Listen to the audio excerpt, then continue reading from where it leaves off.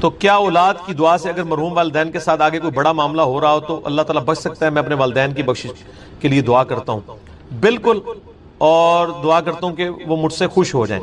آپ سے خوش ہوں گے جب آپ ان کے رشتہ داروں کے ساتھ حسن سلوک کریں گے۔ ابو داؤد میں حدیث ہے ایک بندے کی ماں مر گئی، آپ نے فرمایا تیری خالہ زندہ ہے تو اس کے ساتھ حسن سلوک کر، پلس یہ کہ دعا کریں۔ ابن ماجہ میں حدیث ہے کہ ایک شخص کے مرنے کے بعد اللہ تعالیٰ جنت میں اس کا ایک درجہ بلند کرتا ہے، تو وہ پوچھتا ہے میں نے تو یہ عمل نہیں کیا تھا، تو بتایا جاتا ہے کہ تیرے بیٹے نے تیرے لیے استغفار کی تھی۔ صحیح مسلم میں حدیث ہے میت کو 3 ثواب پہنچتے ہیں، ایک تو اس نے اپنی زندگی میں نیکی کا کوئی کام کیا تھا، مرنے کے بعد ملے گا، دوسرا علم کی کوئی بات اس نے لکھی، وہ بھی ظاہر ہے اس کو ملے گا، تیسرا نیک اولاد۔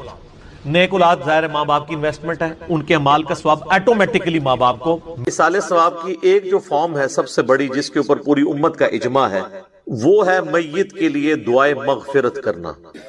یہ ہے اصل بنیاد، باقی ساری چیزیں اس کے بعد میں آتی ہیں، اور اس کی جڑ قرآن میں ان الفاظ کے اندر موجود ہے۔ سورۃ الحشر کی آیت نمبر 10 ہے، اعوذ باللہ من الشیطان الرجیم، بسم اللہ الرحمن الرحیم، والذین جاءوا من بعدہم، وہ اہل ایمان جو کہ بعد میں آنے والے ہیں، یقولون، وہ کہتے ہیں اپنے سے جو اگلے گزر چکے ہیں ان کے حق میں دعا کرتے ہوئے، ربنا اغفر لنا ولاخواننا الذین سبقونا بالایمان، اے رب ہمارے مغفرت فرما دے ہماری اور ہمارے بھائیوں کی جو ہم سے پہلے ایمان کی حالت میں دنیا سے رخصت ہو گئے، ولا تجعل فی قلوبنا غلا للذین آمنوا، اور ہمارے دل میں کوئی کجی، کوئی ٹیڑھ پن، کوئی بغض و کینہ ان لوگوں کے بارے میں نہ رکھ جو مر چکے۔ ظاہر ہے جو مر چکا ہے وہ اپنے انجام کو پہنچ چکا ہے۔ صحیح بخاری میں حدیث ہے کہ مردوں کو گالی مت دو، وہ اپنے انجام کو پہنچ چکے ہیں، اچھے یا برے۔ ربنا انک رؤوف الرحیم، اے میرے رب بے شک، اے ہمارے رب بے شک تو بخشنے والا ہے، مہربان ہے۔ تو یہ اہل ایمان کو یہ بات سکھائی گئی ہے کہ ان کی یہ روش ہونی چاہیے کہ جو بھی ایمان کی حالت میں ان سے پہلے لوگ چلے گئے ان کے لیے دعائیں مغفرت کریں۔ اب یہ ایک الگ حقیقت ہے تلخ کہ ایمان کی حالت میں ہمارے معاشرے کے اندر تو اسی کو سمجھا جاتا ہے جو آپ کے فرقے پہ مرا ہو، کیونکہ دوسرے فرقے پہ مر جائے تو وہ تو ایمان کی حالت میں مرا ہی نہیں ہے۔ تو اب یہ ایک تلخ حقیقت ہے، اور اسی وجہ سے آپ دیکھتے ہیں کہ جب ایک مکتب فکر کے لوگ دوسرے مکتب فکر کا جنازہ پڑھ لیتے ہیں تو پھر بعد میں ان کے علماء فتویٰ دیتے ہیں کہ بھئی آپ کا تو نکاح ہی ٹوٹ چکا ہے، آپ نکاح بھی دوبارہ کروائیں اور تجدید ایمان بھی کروائیں، اور اس قسم کی کئی ایک فنی ویڈیوز جو اوریجنل ویڈیوز ہیں، اسلام کا مذاق اڑانے والی، مسلمانوں کی وجہ سے جو ویڈیوز بنی ہیں وہ معاشرے کے اندر عام ہے، وہ آپ نے اکثر اوقات دیکھی ہوں گی۔ اب میرے بھائیو، یہ جو دعا کا معاملہ ہے یہ اللہ تعالیٰ نے ایسا اوبلیگیٹری رکھا ہے کہ ہماری جو اسلام کی بیسک ٹیچنگز ہیں ان کے اندر اس کو ایک ضروریات دین کے طور پر اللہ تعالیٰ نے ان چیزوں کو جاری فرما دیا ہے۔ جیسا کہ صحیح بخاری اور صحیح مسلم کی متفق علیہ حدیث ہے کہ اللہ کے محبوب صلی اللہ علیہ وآلہ وسلم نے فرمایا کہ ایک مسلمان کے دوسرے مسلمان پہ 5 حقوق ہیں، جب وہ اس سے ملے تو اسے سلام کرے، یہ پہلا حق ہے۔ دوسرا حق، جب وہ بیمار ہو جائے اس کی عیادت کرے۔ تیسرا حق، جب وہ مر جائے تو اس کی نماز جنازہ پڑھے، تو ظاہر ہے نماز جنازہ میں دعا مانگے گا مرے ہوئے کے لیے۔ چوتھا حق، جب وہ دعوت دے تو اس کی دعوت کو قبول کرے۔ اور 5واں حق یہ ہے کہ جب وہ چھینک کے جواب میں الحمدللہ کہے تو آپ اس کے جواب میں کہیں یرحمک اللہ، اللہ تعالیٰ تجھ پر رحم فرمائے۔ تو یہ 5 بنیادی حقوق ہیں جس میں تیسرا حق ایک مسلمان کی نماز جنازہ پڑھنا ہے، اور نماز جنازہ میں ظاہر ہے کہ دعا اللہ تعالیٰ نے اس کے اندر بلٹ ان رکھ دی ہے۔ صحیح مسلم میں ایک حدیث ہے کہ اللہ کے محبوب صلی اللہ علیہ وآلہ وسلم نے فرمایا کہ جس کے جنازے میں 40 ایسے لوگ شریک ہوں جو اللہ تعالیٰ کے ساتھ شرک نہ کرتے ہوں تو اللہ تعالیٰ ان 40 لوگوں کی شفاعت اس میت کے حق میں قبول و منظور فرما دے گا، یعنی اس کی مغفرت فرما دے گا۔ تو یہ بہت بڑی فضیلت ہے۔ تو یہ بھی مرے ہوئے بندے کو زندہ لوگوں کی طرف سے پہنچنے والی ایک نفع مند چیز ہے۔ آپ اسے ایصال ثواب کہہ لیں، آپ اس کو دعائے مغفرت کہہ لیں، کوئی بھی۔ نماز جنازہ میں ہم جو دعا مانگتے ہیں، ویسے تو کئی ایک دعائیں رپورٹ ہوئی ہیں، سب سے مشہور دعا وہ ہے جو جامعہ ترمذی کے اندر ہے، سنن ابی داؤد کے اندر ہے، سنن ابن ماجہ کے اندر ہے، اور مشکات المصابیح کے اندر بھی موجود ہے۔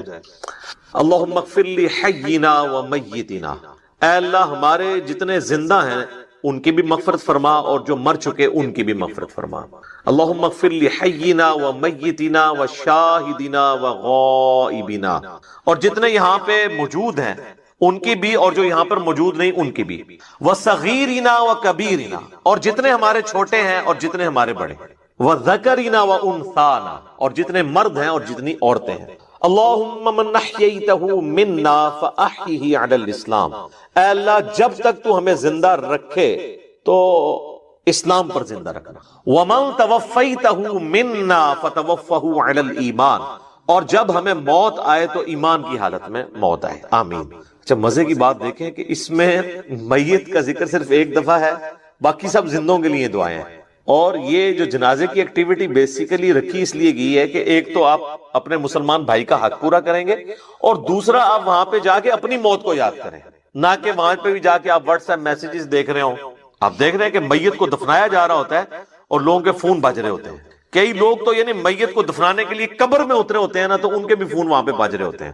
یعنی یہ ہماری کمٹمنٹ کا لیول ہے آخرت کے ساتھ اور دنیا کے ساتھ، یہ آپ کمپیریزن کر سکتے ہیں. پھر اس سے اگلا ورژن ہے، سنن نبی داؤد میں حدیث ہے کہ جب اپنے بھائی کو دفنا چکو تو اس کی قبر پر کھڑے ہو کر اس کے قبر میں سوالات کی استقامت کے لیے دعا کرو. یہ نبی الاسلام نے حکم دیا. ایک تو ویسے ہمارے یہاں پہ عموماً لوگ نماز جنازہ کے بعد دعا مانگنا شروع کر، تو وہ تو کوئی ثابت نہیں ہے. وہ جس سنن نبی داؤد یا سنن نسائی کی حدیث کا سہارا لیتے ہیں وہ تو الفاظ ہی کچھ اور ہیں. وہ یہ کہ جب اپنے بھائی کے لیے جنازہ پڑھو تو خلوص سے اس کے لیے دعا مانگو. تو وہ یہ کہتے ہیں کہ جنازہ پڑھنے کے بعد مانگو، حالانکہ اس چیپٹر کی آپ ہیڈنگ دیکھ لیں، وہ جنازے کے اندر پڑھے جانے والی دعاؤں کا ذکر ہو رہا ہے. اور یہاں پہ کیا ہوتا ہے کہ ہمارے جو حنفی بھائی ہیں بریلوی اور دیوبندی، ان کا جنازہ تو 1 منٹ کا بھی مشکل سے ہوتا ہے، اور بعد میں دعا جو ہے وہ 5 سے 10 منٹ کی ہو رہی ہوتی ہے. دیوبندی نہیں مانگتے، اور ان سے پوچھے کیوں نہیں مانگتے، وہ کہتے ہیں ثابت نہیں ہے. اور جب ان سے یہ پوچھیں کہ یہ جو فرض نماز کے بعد آپ اجتماعی دعا کرتے ہیں، ویسے تو اکیلے جو مرضی آپ کریں، یہ کہاں سے ثابت ہے؟ وہ کہتے ہیں یہ علماء نے جاری کی ہے تاکہ امت سے دعا اٹھ نہ جائے. تو کیا صرف جو بندی علماء کو یہ حق حاصل ہے کہ وہ دین میں چیزیں خود سے انجیکٹ کریں گے؟ بریلویوں کو کوئی حق حاصل نہیں ہے.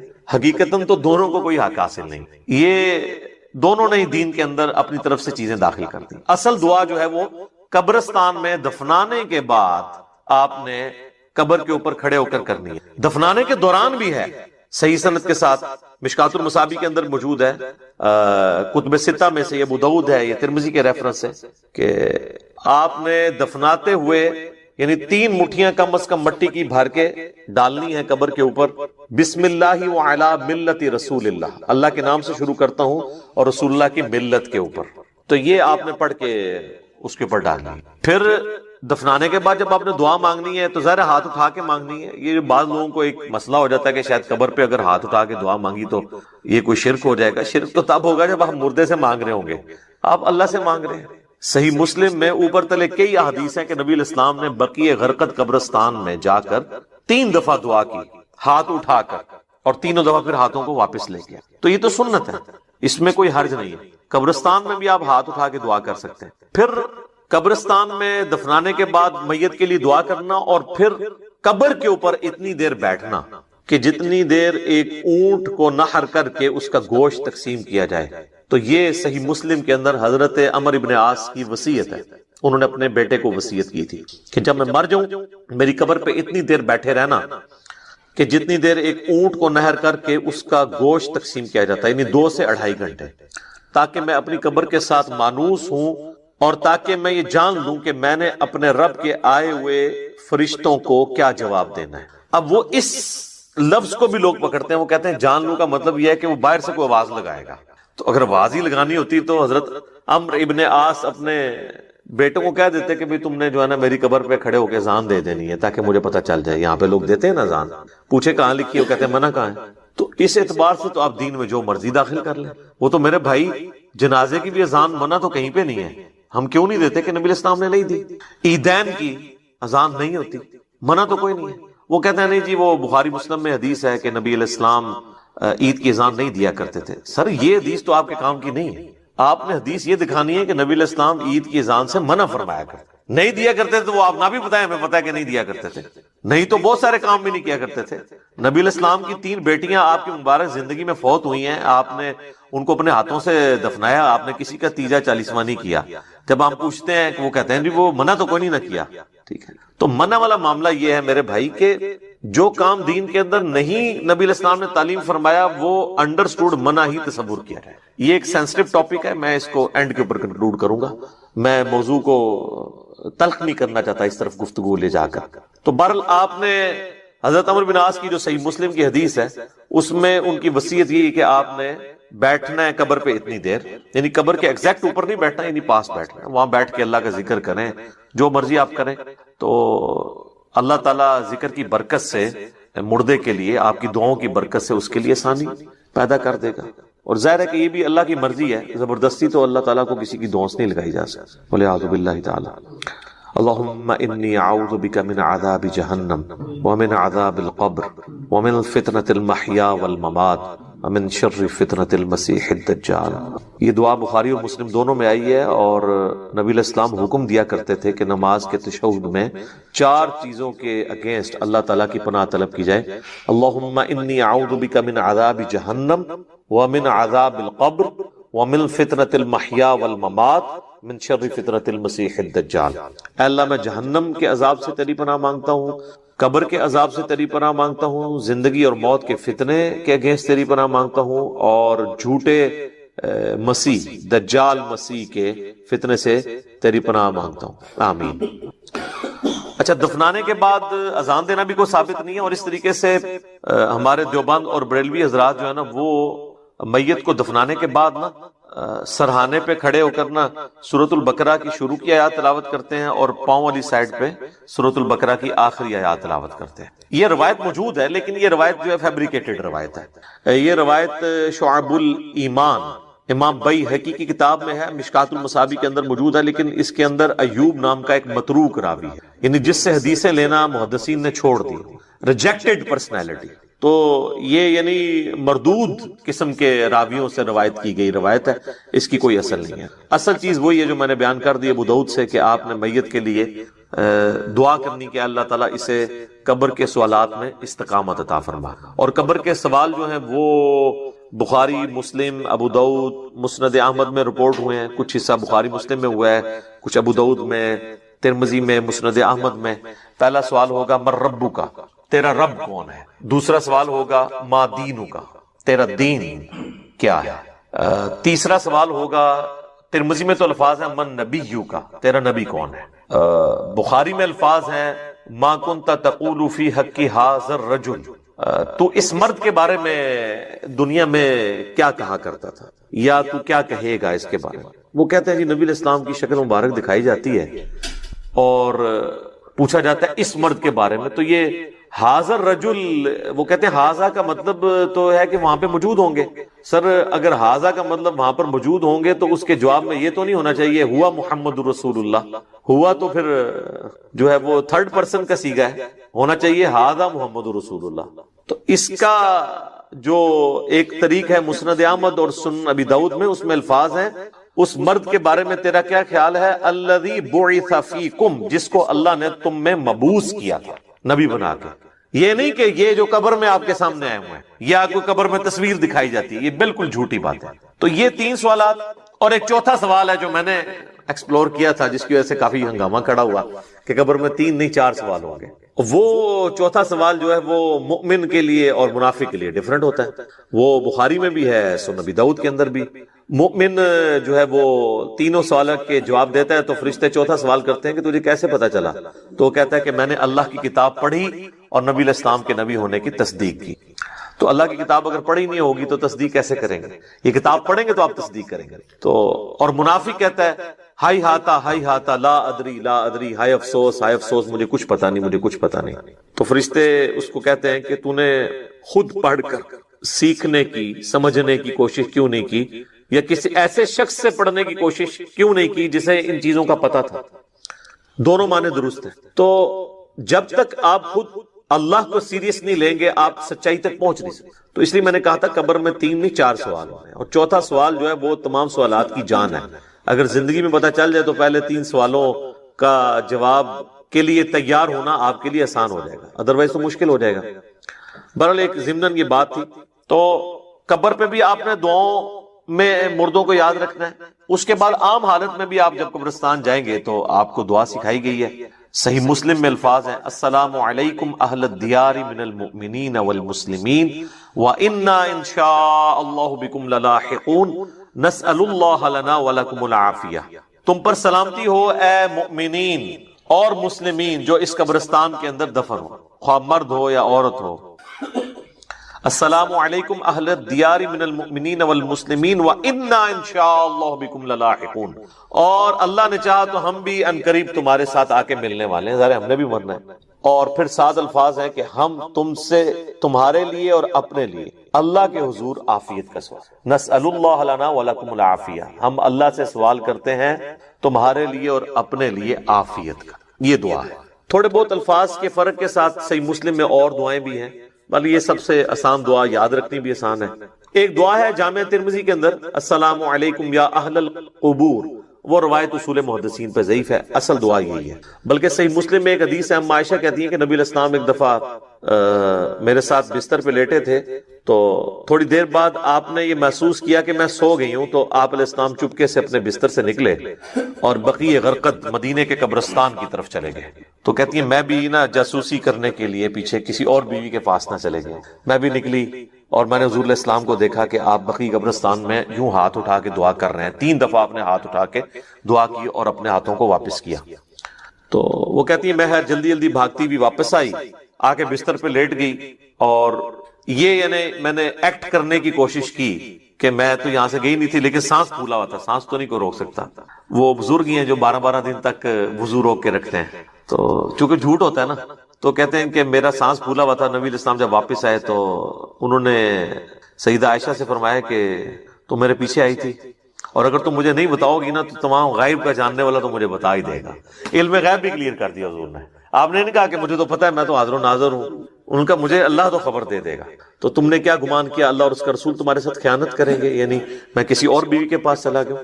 تو ان کا یا رسول اللہ ایسا ہی تھا، میں آپ کے پیچھے آئی تھی. تو آپ نے فرمایا کہ اصل میں جب میں لیٹا تو جبریل علیہ السلام اللہ کی طرف سے میرے پاس آئے اور انہوں نے مجھے اللہ کا پیغام دیا کہ اللہ تعالیٰ آپ کو حکم دیتا ہے کہ آپ بقیع غرقد کے جو مدفن ہے وہاں پہ لوگ، ان کے لیے جا کے دعائیں مغفرت کریں. اچھا، وہ دعائیں مغفرت تو آپ وہاں بھی بیٹھ کے کر سکتے تھے. اس سے یہ پتہ چلی کہ قبرستان جا کے دعائیں مغفرت کرنا یہ چیز پسندیدہ ہے اللہ تعالیٰ کو. اور پھر نبی علیہ السلام سے دعا کروانا یہ امت کی تعلیم کے لیے بھی تھا. تو نبی علیہ السلام نے وہاں پہ دعا کی، آپ کی دعا کی برکت کا حصہ ان لوگوں کو نصیب ہوا. تو اس سے یہ پتہ چلا کہ آپ قبرستان جا کے آپ ہاتھ اٹھا کے بھی دعا کریں گے، رات کے وقت بھی جا سکتے ہیں. اور صحیح مسلم میں الفاظ ہیں، ام عائشہ کہتی ہیں کہ نبی علیہ السلام اکثر بقیع غرقد قبرستان چلے جایا کرتے تھے دعا کرنے کے لیے قبرستان میں. تو یہ یعنی نبی صلی اللہ علیہ وآلہ وسلم کی سنت ہے. باقی ہاتھ اٹھا کے دعا کرنا فرض نماز کے بعد بھی اپنی انڈیویجول دعا کر سکتے ہیں، اس کے لیے تو کوئی ممانعت نہیں. ابو داؤد میں تو روایت کمزور ہے، لیکن المستدرک للحاکم میں صحیح سند سے ہے کہ تمہارا رب سخی ہے، کریم ہے، حیا فرماتا ہے ایسے شخص سے جو اس کے حضور ہاتھ اٹھا کے دعا کرتا ہے کہ اسے محروم لوٹائے. ہاتھ اٹھا کے دعا کرنا اللہ تعالیٰ کو بغیر ہاتھ اٹھائے دعا کرنے سے زیادہ محبوب ہے. اور دعا کے بعد چہرے پہ ہاتھ پھیرنا بھی سنت ہے، بلکہ امت یہ وہ سنت ہے جو واقعی سنت ہے، جو اجماع اور عملی تواتر سے ٹرانسفر ہوئی ہے. اور الادب المفرد امام بخاری کی کتاب کے اندر صحیح بخاری کی سند کے اوپر یہ حدیث موجود ہے کہ حضرت عبداللہ ابن زبیر اور حضرت عبداللہ ابن عمر یہ دعا کے بعد اپنے چہرے پر ہاتھ پھیرا کرتے تھے. نبی اسلام کے حوالے سے بھی ملتا ہے، ابو داؤد میں روایت کمزور ہے، اس لیے شیخ زبیر عزیز صاحب نے مشکات کے فٹ نوٹ پہ اس روایت کے اوپر ضعیف کا حکم لگا کے ساتھ الادب المفرد کی روایت لکھ دی کہ یہ روایت درست ہے. ویسے بھی امت کا اجماع ہے، اس کے لیے حدیثوں کی تو ہمیں حاجت نہیں ہے. امت کا اجماع اور عملی تواتر سنت سے چہرے پہ ہاتھ پھیرنے کو ٹرانسفر کر رہی ہے. لہذا چند ایک علماء عرب کا اسے بدعت کہنا ان کے یعنی کم علمی کی نشانی ہے اور ایک تنگ نظری کی نشانی ہے. اوورال یہاں پہ بھی جو اہل حدیث ہیں وہ چہرے پہ ہاتھ پھیرنے کے قائل ہیں. میں ضمناً ساتھ چھوٹے چھوٹے مسائل بتا دیتا ہوں تاکہ آسانی ہو جائے. تو آپ نے چہرے پہ ہاتھ بھی پھیرنے ہیں. اس طریقے سے صحیح مسلم میں حدیث ہے کہ نبی علیہ السلام اپنی والدہ کی قبر پر گئے آلموسٹ آپ سمجھ لیں اپنے والدہ کی وفات کے 50 سال کے بعد، کیونکہ یہ فتح مکہ کے بعد کی بات ہے، تو 50 سال تقریباً گزر چکے تھے، اور آپ علیہ السلام قبر پہ گئے اور آپ روئے، اور آپ کو دیکھ کے آپ کے ساتھی بھی، اصحاب بھی روئے، اور پھر آپ علیہ السلام نے فرمایا میں تمہیں قبروں پہ جانے سے منع کیا کرتا تھا۔ ظاہر نئی نئی قوم بت پرستی سے پھری تھی، تو اس لیے نبی علیہ السلام احتیاط کرتے تھے، اب میں تمہیں حکم دیتا ہوں کہ قبروں پہ جایا کرو، کیونکہ یہ موت کو یاد دلاتی ہے۔ لیکن یہ قبروں پہ جانا ہے، مزارات کے اوپر نہیں۔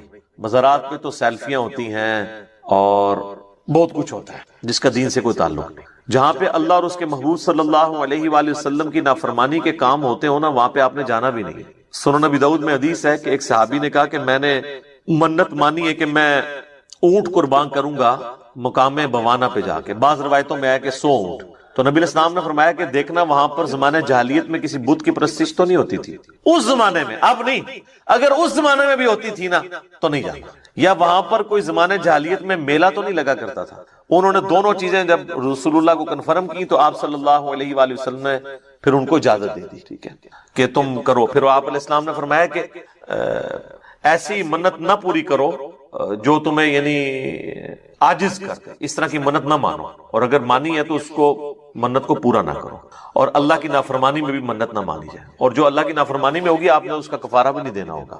جیسے میرا بیٹا ہوا تو اس کی چٹیا فلاں دربار پہ جا کے منواؤں گا، تو اب یہ ساری منت اس کو توڑ بھی دیں، توڑنا واجب ہے اور کفارہ بھی نہیں۔ اگر کوئی صحیح کوئی منت مانی تھی تو آپ اس کا کفارہ ادا کریں گے۔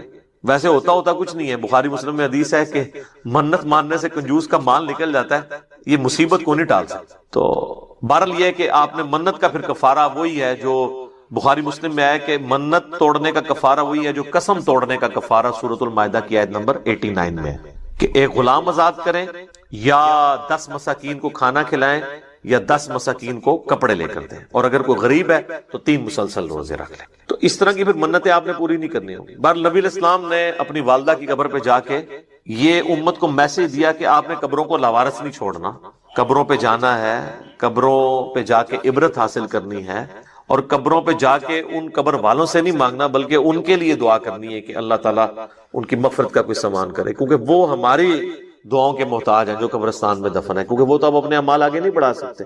تو جو ہم پیچھے بچ گئے ہیں، ہماری ذمہ داری ہے ہم ان کے لیے جا کے دعائے مغفرت والا معاملہ کریں۔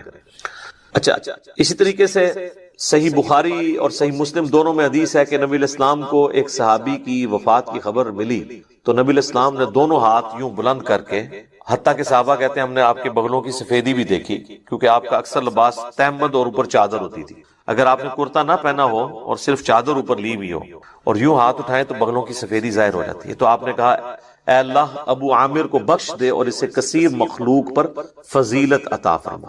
تو اس سے ثابت ہوا کہ مرے ہوئے شخص کے لیے ہاتھ اٹھا کے آپ دعا کر سکتے ہیں ان الفاظ کے ساتھ۔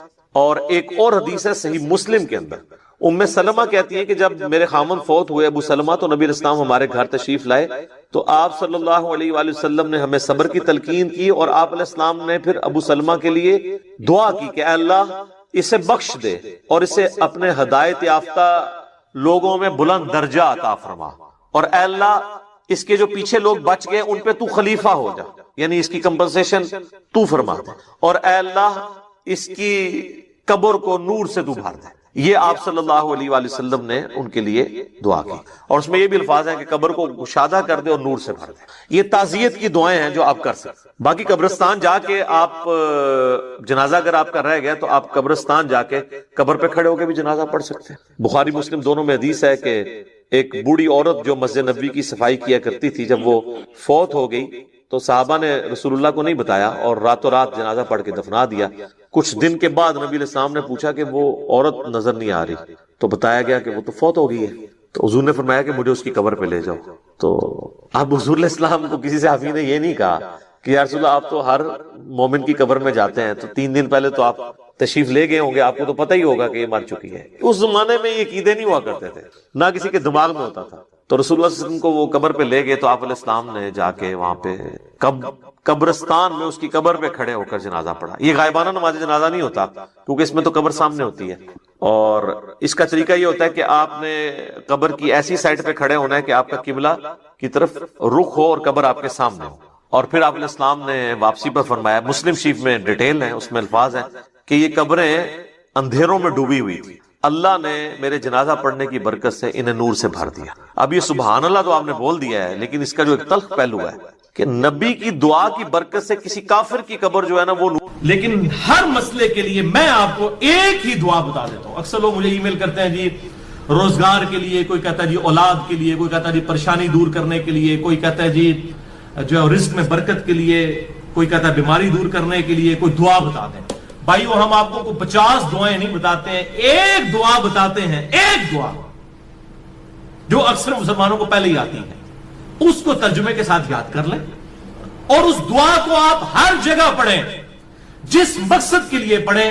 اور الحمدللہ قرآن حکیم میں سورۃ البقرہ کی آیت نمبر 201 کے اندر اللہ تعالیٰ نے وہ دعا اہل ایمان کو تعلیم فرمائی ہے اور مومنین کی نشانی بتایا ہے اس دعا کو، کہ مومنین اس کے ذریعے اللہ تعالیٰ سے دعا مانگتے ہیں، اور آگے اللہ تعالیٰ نے اپنا فتویٰ بھی سنا دیا ہے کہ جو کوئی ان الفاظ کے ساتھ ہم سے دعا مانگتا ہے ہم اس کی اس دعا کو دنیا اور آخرت میں اس کے حق میں قبول کریں گے، الحمدللہ۔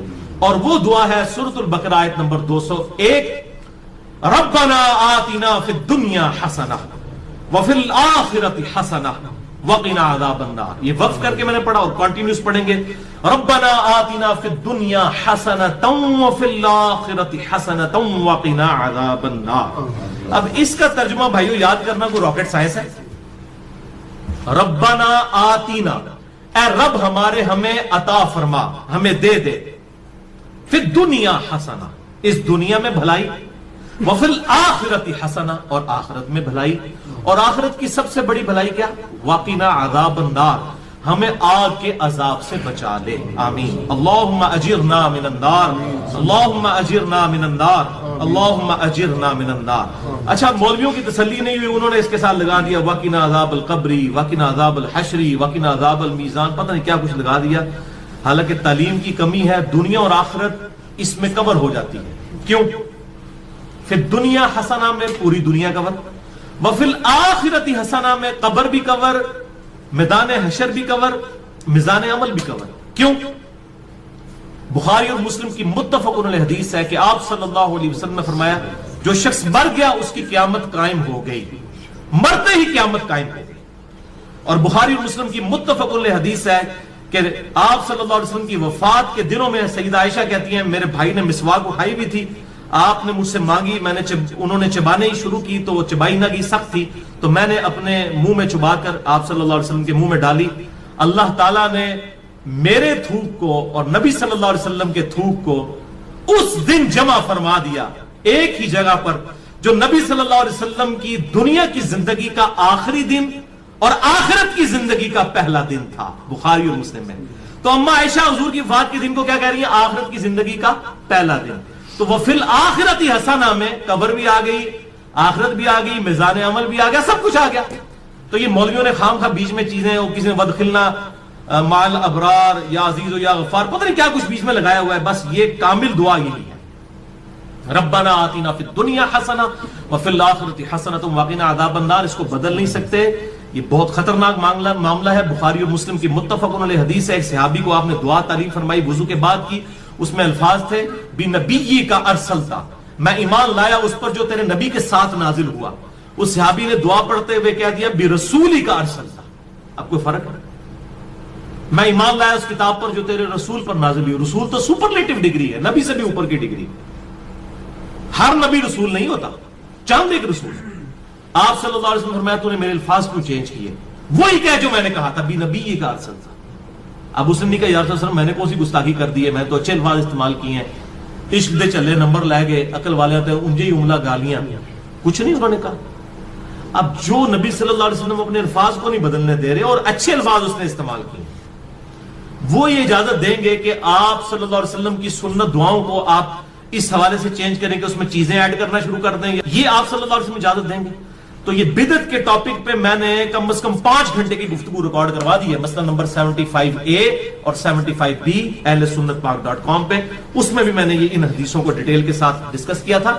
لہذا نوکری کا مسئلہ ہو، رشتے کا مسئلہ ہو، پیپر دیے میں وہ پاس ہونے کا ایشو ہو، بیماری کا مسئلہ ہو، کوئی مسئلہ ہے اپنے ذہن میں رکھیں، اور پھر دنیا حسنا کو دل میں رکھیں کہ دنیا میں میرے لیے بھلائی، ہر چیز بھلائی، اچھی صحت کیا بھلائی نہیں ہے، اچھی نوکری کیا بھلائی نہیں ہے، اچھی بیوی کیا بھلائی نہیں ہے، ہر چیز ذہن میں رکھتے ہوئے جو آپ کی خواہش ہے یہ دعا کریں، ربنا آتنا فی الدنیا حسنہ وفی الآخرۃ حسنۃ وقنا عذاب النار. اور اس میں یقین کریں آپ کو گلٹ بھی نہیں ہوگا، صرف آپ اللہ سے دنیا نہیں مانگ رہے ہوں گے، کیونکہ سورۃ البقرہ میں آتا ہے کہ جو دنیا دار لوگ ہیں نا، جو اللہ سے باغی لوگ ہیں، وہ کہتے ہیں اللہ ہمیں دنیا میں ہی عطا فرما دے. اور اللہ تعالیٰ پھر ساتھ فرماتا ہے سورۃ البقرہ آیت نمبر 201 کہ جو میرے نیک ایمان والے بندے ہیں وہ یہ نہیں کہتے اللہ ہمیں دنیا میں ہی دے دے، وہ کہتے ہیں ربنا آتنا فی الدنیا حسنہ وفی الآخرۃ حسنۃ وقنا عذاب النار.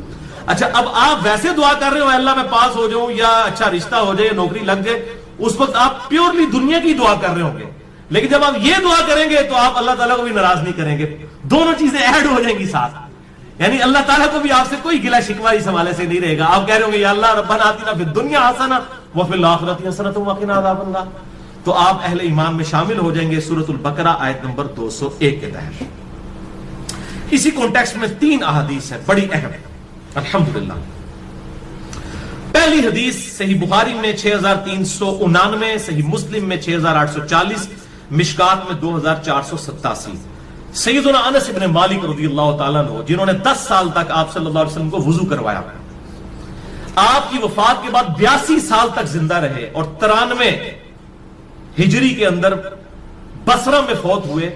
آخر میں فوت ہونے والے چند صحابہ میں سے ہیں انس بن مالک، بہت قریبی صحابی آپ صلی اللہ علیہ وسلم. ان سے کسی تابعی نے آگے پوچھا کہ بتائیے کہ اللہ کے نبی صلی اللہ علیہ وسلم جب اللہ سے مانگا کرتے تھے تو کیا دعا مانگا کرتے تھے؟ تو پتہ انہوں نے کیا جواب دیا؟ انہوں نے کہا کہ اللہ کے نبی صلی اللہ علیہ وسلم جب کبھی بھی اپنے رب سے دعا مانگا کرتے یا کسی بھی چیز کا سوال کیا کرتے تو آپ کی اکثر دعا یہی ہوا کرتی تھی، اللہم ربنا آتنا فی الدنیا حسنہ وفی الآخرۃ حسنۃ وقنا عذاب النار. ہر معاملے میں کوئی سوال بھی کرتے تھے اس دعا کے ساتھ.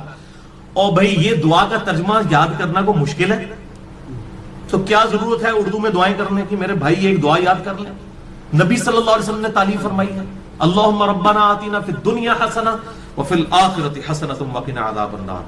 اور دوسری حدیث تو انتہائی رقت انگیز حدیث ہے جو میں نے مسئلہ تقدیر والے لیکچر مسئلہ نمبر 104 ABC میں بھی بیان کی تھی. صحیح مسلم میں 6835، مشکات میں 2502. یہی انس بن مالک کہتے ہیں جنہوں نے یہ دعا روایت کی ہے. یہ کہتے ہیں کہ آپ صلی اللہ علیہ وسلم کے زمانے میں آپ کا ایک صحابی بیمار ہو گیا تو آپ اس کی عیادت کے لیے تشریف لے گئے. وہ اتنا کمزور ہو چکا تھا بیماری کی وجہ سے جیسے کہ پرندے کا کوئی بچہ ہوتا ہے چھوٹا سا، ہڈیوں کا ڈھانچہ بن چکا تھا. آپ نے جب اس کی حالت دیکھی آپ کو پتا چل گیا کہ انہیں کو کم پایا. آپ نے فرمایا وہ بتا تو اللہ سے کیا مانگتا رہتا ہے؟ اس نے کہا یا رسول اللہ میں اللہ سے دعا کرتا ہوں اے اللہ جو تو نے مجھے آخرت میں عذاب دینا ہے دنیا کی زندگی میں ہی دے دے. بولے اعوذ باللہ تعالی. آپ فرمایا سبحان اللہ. اللہ پاک جب آپ حیران ہوتے تو یہ بات کہا کرتے سبحان اللہ. اوے تو اللہ تعالیٰ کا اس دنیا میں عذاب سہ سکتا ہے جو اللہ سے تو نے یہ دعا کی؟ نہ تو دنیا کی زندگی میں اللہ کا عذاب برداشت کر سکتا ہے نہ آخرت کی زندگی میں. اور تجھے تو چاہیے تھا کہ تو اللہ سے دعا کرتا اللہم ربنا آتنا فی الدنیا حسنہ وفی الآخرۃ حسنۃ وقنا عذاب النار. یہ کیا تو دعائیں کرتا رہے؟ اس میں وہ فنیٹک قسم کے جو صوفیاء ہیں نا ان کا بھی ارادہ، وہ کہتے ہیں سانو دنیا نہیں چاہیے آخرت ہی چاہیے. اور اللہ کے نبی کہہ رہے ہیں دنیا بھی اچھی آخرت بھی اچھی. اچھا انس بن مالک کہتے ہیں جب آپ صلی اللہ علیہ وسلم نے اسے یہ بات ارشاد فرمائی پھر اس نے یہی دعا مانگ کر اللہ کی طرف متوجہ ہوا، اللہم ربنا آتنا فی الدنیا حسنہ وفی الآخرۃ حسنۃ وقنا عذاب النار. تو اللہ تعالیٰ نے اسے شفا عطا فرما دی. اب اس سے بھی پتہ چلا بیماری کی شفا بھی یہی ہے، اللہم ربنا آتنا فی الدنیا حسنہ وفی الآخرۃ حسنۃ وقنا عذاب النار. آپ میں کہتا ہوں یہ جامع دعا کریں، ساری دعائیں جو ہیں اس کے اندر شامل ہیں. اچھا قرآن میں تو ہے ربنا آتنا فی الدنیا حسنہ اور بخاری مسلم میں ہے اللہم ربنا آتنا فی الدنیا حسنہ. تو اللہم کے ساتھ اے ہمارے اللہ یہ بھی ٹھیک ہے اور صرف ربنا آتنا بھی ٹھیک ہے، بلکہ قرآن حکیم میں سورۃ المائدہ میں حضرت عیسیٰ علیہ السلام کی جو دعا آتی ہے اس میں بھی ہے اللہم ربنا انزل علینا مائدۃ من السماء. تو قرآن میں بھی الفاظ ہیں اللہم ربنا کے. ویسے تو ہمارے لیے بخاری مسلم کے الفاظ ہی کافی تھے لیکن میں پھر بھی کیڑا نکالنے کے لیے کوئی یہ نہ کہ جی قرآن میں تو صرف ربنا آیا آپ اللہم کیوں لگا رہے ہیں، تو اللہ تعالیٰ نے بھی یہ دعا حضرت عیسیٰ علیہ السلام کی نقل کی ہے، اللہم ربنا آتنا فی الدنیا حسنہ، یہ پڑھنا بخاری اور مسلم سے ثابت ہوا، اور اللہم ربنا انزل علینا مائدۃ من السماء سورۃ المائدہ کے آخری رکوع میں حضرت عیسیٰ علیہ السلام کے کانٹیکسٹ میں یہ الحمدللہ اللہم ربنا کے ساتھ یہ آئی ہے۔ اور تیسری حدیث سنن ابی داؤد میں 1892، مشکات میں 2581، عبداللہ بن سعید کہتے ہیں کہ میں نے خود نبی صلی اللہ علیہ وسلم کو رکن یمانی اور حجر اسود کے درمیان وہ جو مستجاب دیوار ہے یہ دعا مانگتے ہوئے سنا ہے، اللہم ربنا آتنا فی الدنیا حسنہ وفی الآخرۃ حسنۃ وقنا عذاب النار۔ اسے مستجاب دیوار کہتے ہیں، مستجاب کہتے ہیں دعا کی قبولیت کی جگہ۔ 70 انبیاء کا مصلی ہے، آپ وہاں پر کھڑے ہوں تو آپ کا رخ دونوں قبلوں کی طرف ہو جاتا ہے، بیت المقدس کی طرف بھی اور خانہ کعبہ کی طرف بھی۔ اس دوران آج تک حاجی، عمرہ کرنے والے اور حج کرنے والے یہ دعا مانگتے ہیں، ربنا آتنا فی الدنیا حسنہ وفی الآخرۃ حسنۃ وقنا عذاب النار۔ یہ بس اتنے ہی الفاظ ہیں، باقی جو ایڈ کیے لوگوں نے خود کیے میں۔ تو دعا کی قبولیت کی جو جگہ ہے خانہ کعبہ شریف، وہاں پر بھی آپ نے یہی دعا مانگی، ربنا آتنا فی الدنیا حسنہ وفی الآخرۃ حسنۃ وقنا عذاب النار۔ اسماء اعظم اور دعا کی قبولیت کے لیے کیا کیا طریقے ہیں، اس حوالے سے میرا مسئلہ نمبر 82 ڈیٹیل کے ساتھ ریکارڈ ہے۔ اور بھائیو، بخاری اور مسلم اور باقی احادیث کی روشنی میں کئی ایک مقامات ہیں جو دعا کی قبولیت کی جگہ ہیں۔ مثلا اذان اور اقامت کے درمیان جو وقفہ ہے جماعت کھڑے ہونے تک کا، یہ دعا کی قبولیت کا سبب ہے۔ ابو داؤد میں حدیث موجود ہے، آج میرا ٹاپک نہیں اس لیے میں سکپ کر رہا ہوں۔ اسی طریقے سے تیز بارش کے وقت دعا قبول ہوتی ہے۔ سوال پوچھا ہے، اس کے اوپر تو گھنٹوں کی آپ کی ساری نشست کراس ریفرنسز اگر ہم قرآن حکیم سے پیش کریں تو صرف اسی پہ گزر جائے گی۔ میں مختصراً یعنی اس پہ، چونکہ میں نے جواب سارے فی البدی ہوتے ہیں، میں نے کوئی تیاری نہیں کی ہوتی کہ میں نے کیا بولنا ہے، تاکہ جو ایک مسلمان کا جو بنیادی عقیدہ ہے وہ لوگوں کے سامنے آئے کہ ایک مسلمان کو کیسے سوچنا چاہیے، اس طرح کے سوالات کے اوپر جس کے پاس کتاب و سنت کا علم ہے وہ کس طرح رسپانس کرے۔ تو اس میں کوئی شک نہیں ہے کہ اللہ تعالیٰ کی یہ یونیک کوالٹی ہے الہ۔ عربی میں الہن کہتے ہیں ایسی ہستی کو جس کو پوجا جائے، جس کی عبادت کی جائے، جو عبادت کے لائق ہو، اور ظاہر ہے کہ اس میں ایسی کوالٹیز ہونی چاہیے جو کسی اور میں نہ ہو، کیونکہ باقی سب نے اس کے سامنے سر تسلیم خم کرنا ہے۔ اللہ تعالیٰ کی کچھ کوالٹیز ایسی ہیں جو کسی اور میں ہو ہی نہیں سکتی، اور کچھ کوالٹیز ایسی ہیں جو اللہ تعالیٰ مخلوق کو اپنی طرف سے تفویض کسی حوالے سے فرما دیتا ہے، جیسے سمع اور بصارت ہمیں بھی عطا کی ہوئی، اللہ بھی دیکھتا سنتا ہے، وہ باقی جو ڈفرینسز ہیں وہ تو اپنی جگہ، لیکن کچھ کوالٹیز ایسی ہیں جو عطائی بھی نہیں ہیں۔ ان میں سے ایک کوالٹی جو ہے وہ الہ والی ہے، معبود کی۔ الہن عربی میں کہتے ہیں جس کو پوجا جائے، اور عربی زبان میں جب الف لام ساتھ لگ جاتا ہے تو وہ خاص ہو جاتا ہے۔ جیسے عربی میں سٹی، انگلش میں سٹی کہتے ہیں شہر کو، کوئی بھی شہر ہو سکتا ہے، جب دی سٹی ہوگا تو خاص شہر ہوگا۔ عربی میں مدینہ ہر شہر کو کہا جاتا ہے، لیکن جب ہم المدینہ کہتے ہیں اس سے مراد مدینہ المنورہ ہوتا ہے، جہاں پہ ہمارے محبوب صلی اللہ علیہ وآلہ وسلم کی قبر مبارک ہے۔ اسی طریقے سے الہ تو جھوٹے بنائے ہوئے لوگوں کے موجود ہیں، قرآن حکیم میں جھوٹے الہوں کا بھی ذکر ہے۔ الالہ یہی ہے اللہ، اللہ کے جو ورڈ کس طرح بنا الالہ، ٹھیک ہے نا، وہ عربی لنگوسٹک کی وجہ سے پھر یہ جوڑ کے اللہ بن جاتا ہے، یعنی دی اونلی الہ جس کو پوجا جائے۔ اور ظاہر ہے اس کی ایسی کوالٹیز ہیں جو کسی اور کی نہیں ہے، اور وہ کوالٹیز کیا ہیں؟ وہ سورۃ الاخلاص میں آئی ہیں۔ قل هو اللہ احد، اے نبی صلی اللہ علیہ وآلہ وسلم فرما دیجئے کہ وہ اللہ ایک ہے، یکتا ہے، یونیک ہے، ایک نہیں ہے بلکہ یکتا ہے، ایسا یونیک کہ اس کے ہم پلے کا کوئی نہیں۔ اللہ الصمد، وہ بے نیاز، اس کو کسی کی پرواہ نہیں ہے، ہاں سب اسی کے اوپر ڈیپینڈنٹ ہے۔ لم یلد ولم یولد، اس نے نہ کسی کو جنا نہ اس سے کوئی جنا گیا، یعنی اللہ تعالیٰ ہمیشہ سے ہے۔ اور اس کے اوپر میرا ایک یوٹیوب پہ کلپ بھی آپ دیکھ سکتے ہیں، ہو کریٹڈ گاڈ، اللہ کو کس نے پیدا کیا۔ لاکھوں لوگ یوٹیوب پہ لکھ چکے ہیں۔ پروفیسر رچرڈ ڈاکنز نے جو کتاب لکھی تھی دا گاڈ ڈیلوژن، اس میں اس نے جو ایک سوال کیا تھا کہ اللہ کو کس نے پیدا کیا، میں نے اس کا میتھمیٹیکل آنسر دیا ہے، اور اس کے بعد پھر اسی میتھمیٹیکل آنسر کو میں نے بتایا کہ یہی چیز تو سورۃ الاخلاص کے اندر بیان ہوئی ہے۔ تو اللہ تعالیٰ سے نہ کوئی پیدا ہوا نہ اس نے کسی کو جنا، نہ وہ خود کسی سے جنا گیا، جس کو ہم آسان طور پہ کہتے ہیں کہ نہ وہ کسی کا باپ ہے نہ کسی کا بیٹا. وَلَمْ يَكُنْ لَهُ كُفُوًا أَحَدٌ، اور اس کی ٹکر کا کوئی نہیں ہے، اس کے پائے کا کوئی ہے ہی نہیں ہے. تو یہ الہ والی کوالٹی اسی میں ہونی چاہیے جو یہ سورۃ الاخلاص کا جو ٹچ سٹون آف تھیولوجی ہے، توحید کا جو کسوٹی ہے، یہ اس کے اوپر کوئی